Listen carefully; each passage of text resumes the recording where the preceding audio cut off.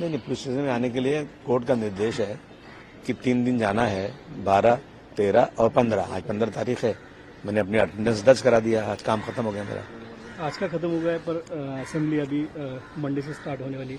आपने खत लिखा है, इस बारे में क्या कहेंगे? देखिए, अब मुझे हमारे जो मालिक हैं, हमारे बादशाह जो है, हमारे महाराष्ट्र के, हमारे जो है फडणवीस साहब हैं, या हमारे जो हैं स्पीकर साहब हैं, अब ये लोग एग्री होंगे तब ना। अगर ये लोग मानेंगे हाँ भाई ठीक है, बगैर किसी गुनाह के पूरे सेशन में मुझे सस्पेंड कर देना, मैं समझता हूँ ये नाइंसाफी है।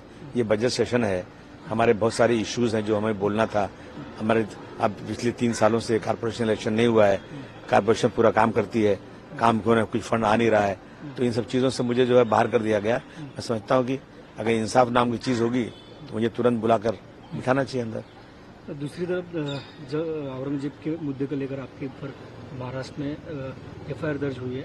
संजय राउत का एक बयान आया सामने आया। संजय राउत कहते हैं कि महाराष्ट्र की महायुति की सरकार जो है औरंगजेब के सरकार से ही अधिक बुरी है, तुलना औरंगजेब से की है। अभी क्या कहेंगे? मैंने तो तुलना भी नहीं किया, मैंने तो सिर्फ हिस्टोरियन लोग ये बातों को दोहरा दिया, तो मुझे इतना बड़ा वावेला खड़ा हुआ है। आप समझे, मैं समझता हूँ कि अब जो है संजय राउत भाई साहब भी तैयार रहे, शायद इन पे भी एफआईआर हो सकता है। इन पे एफआईआर हो सकते हैं? हाँ, अब ये सरकार तो यहाँ तो ऐसा है ना, यहाँ तो लॉ कानून कोई चीज है ही नहीं। अब जब जो स्पीच एंड एक्सप्रेशन खत्म हो चुका है, इनके मंत्री, इनके एमएलए, इनके एमपी जो चाहे बोले, कोई फर्क नहीं पड़ता। उनके लिए लॉ ही नहीं, क्योंकि जब राजा महाराजा रहते थे ना, तो वो कानून वो खुद बनाते थे। वहाँ कोई संविधान तो था ही नहीं। और अब तो संविधान है, संविधान होने के बाद भी अगर इनके लोग जो चाहे बोले, इन पे कुछ नहीं, और जो हम लोग कुछ बोलते हैं सही चीजें, तो हम पे एफआईआर हो जाए। तो अब मैं इनसे कहना चाहता हूँ, संजय राउत साहब से, कि जरा आप भी देखिए भाई साहब, यहाँ संविधान की धज्जियां उड़ाई जा रही हैं। यहाँ जो है राजा महाराजाओं का कानून चल रहा है। जो बोलना है समझ के बोलिए। संजय राउत जेल जा सकते हैं? नहीं, अगर जब मैं बिना कुछ किए मेरे पे इतना बड़ा हुआ तो उनको भी हो सकता है। अच्छा, दूसरी तरफ संजय राउत का और एक बयान है। संजय राउत कहते हैं कि जब पृथ्वीराज चौहान की सरकार थी, तब जो एकनाथ शिंदे ने अभी बंद किया था, वो पहले करने वाले। अब उसके बारे में क्या जानूं, उनको मालूम होगा। वो पहले उन दोनों साथ में थे, तब उनको सब पता होगा, मुझे इस बारे में पता नहीं कुछ।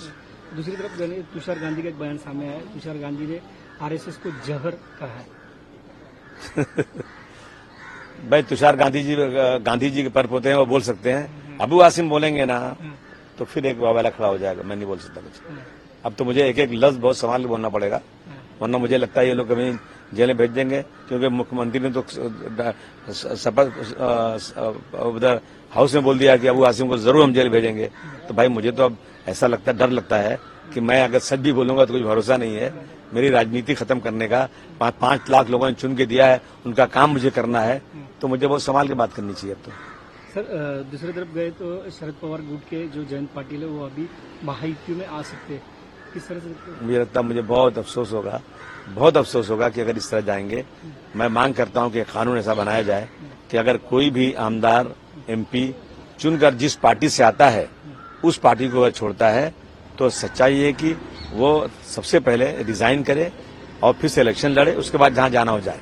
ये कानून बनना चाहिए। कर्नाटक सरकार ने मुस्लिम को आरक्षण दिया है, किस तरह से? बहुत स्वागत करता हूं मैं, स्वागत करता हूं। समाज के दबे कुछ लोगों को आरक्षण मिलना चाहिए, लेकिन मुसलमानों को नहीं मिल रहा है, और कर्नाटक में दिया है तो मैं स्वागत करता हूं। महाराष्ट्र सरकार को भी देना चाहिए।